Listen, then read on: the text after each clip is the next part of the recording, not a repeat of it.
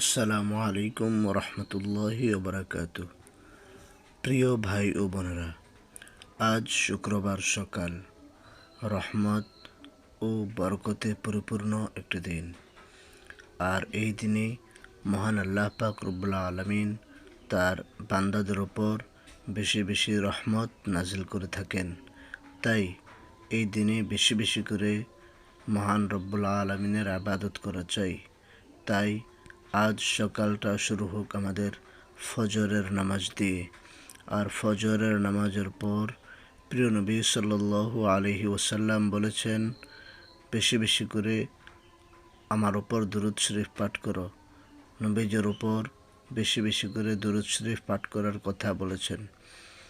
কেননা যদি আমরা বেশি বেশি দুরূদ শরীফ পাঠ করি, কাল হাশরের ময়দানে নবীজি আমাদের ওপর সুপারিশ করবেন। আর আরও একটি আমল হচ্ছে জুমার আগে সূরাতুল কাহাফ পাঠ করা।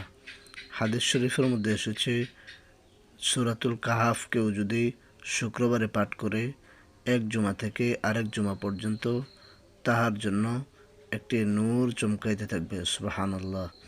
আরও একটি ফজিলত হচ্ছে, কেউ যদি সূরাতুল কাহাফ পাঠ করে, মহান আল্লাহ পাক রব্বুল আলামিন তাহাকে দাজ্জালের ফিতনা থেকে হেফাজত করবেন। সুবহানাল্লাহ।